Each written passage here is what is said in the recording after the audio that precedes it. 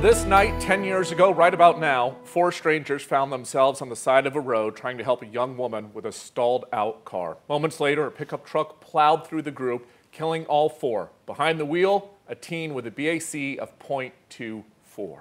The case became synonymous with drunk driving and privilege, and when a psychologist blamed Ethan Couch's behavior on affluenza, the court case caused an uproar. Tonight, I'm checking back in with one of the victims from that night, a night that changed so many lives forever. There are days when what happened on this stretch of road feels so long ago. Because it was a hard week. So we were just grateful to be together. And then there are moments when it doesn't. How often does your mind go back to the accident and the days after? I remember everything in detail, almost like it was yesterday. You know, you hear people say that all the time, like, oh, you remember it like it was yesterday. And you do.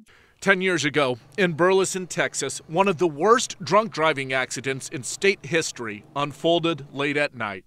Nearly a dozen injured, 4 killed, and one drunk 16-year-old responsible for it all.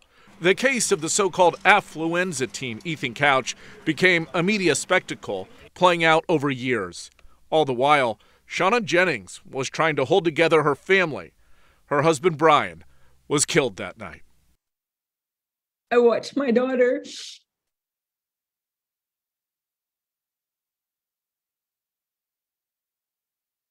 walk down the aisle crying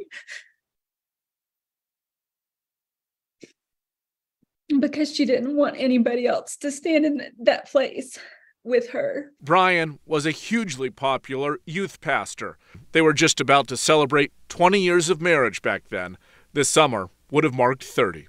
We had a really strong leader as a husband and a father in Brian.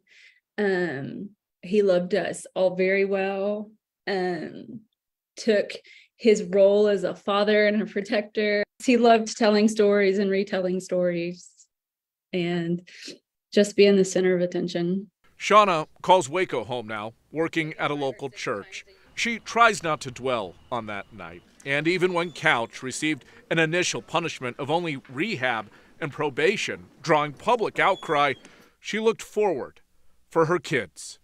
Have you forgiven? Yes, for sure.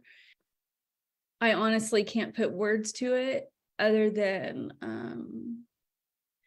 I don't hold anything against Ethan. I don't wish him harm. I don't wish that he was still in jail. A remarkable outlook, one guided by a higher power that's keeping Brian's spirit very much alive.